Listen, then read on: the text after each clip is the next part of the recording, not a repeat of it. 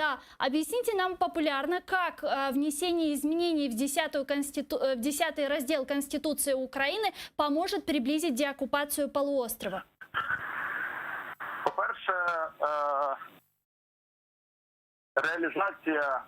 прав кримськотатарського народу, в тому числі його право на самореалізацію, в тому числі його прав на землі, території і ресурси, в тому числі його прав на збереження та розвиток власної мови та культури, це інструмент для того, щоб Україна підтвердила, що вона дійсно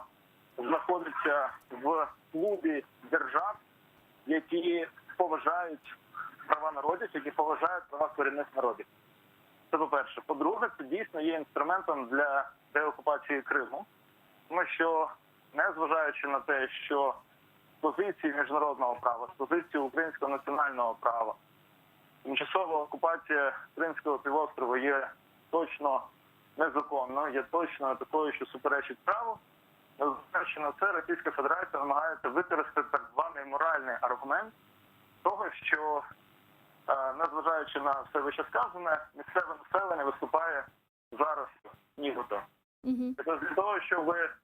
вибити оцей останній, напевно, аргумент Російської Федерації в тому, що вона намагається пояснити, як вона намагається пояснити окупацію, Україна має чітко ствердити про те, що корінний народ Криму,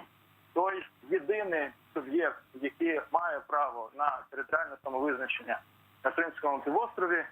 визначає себе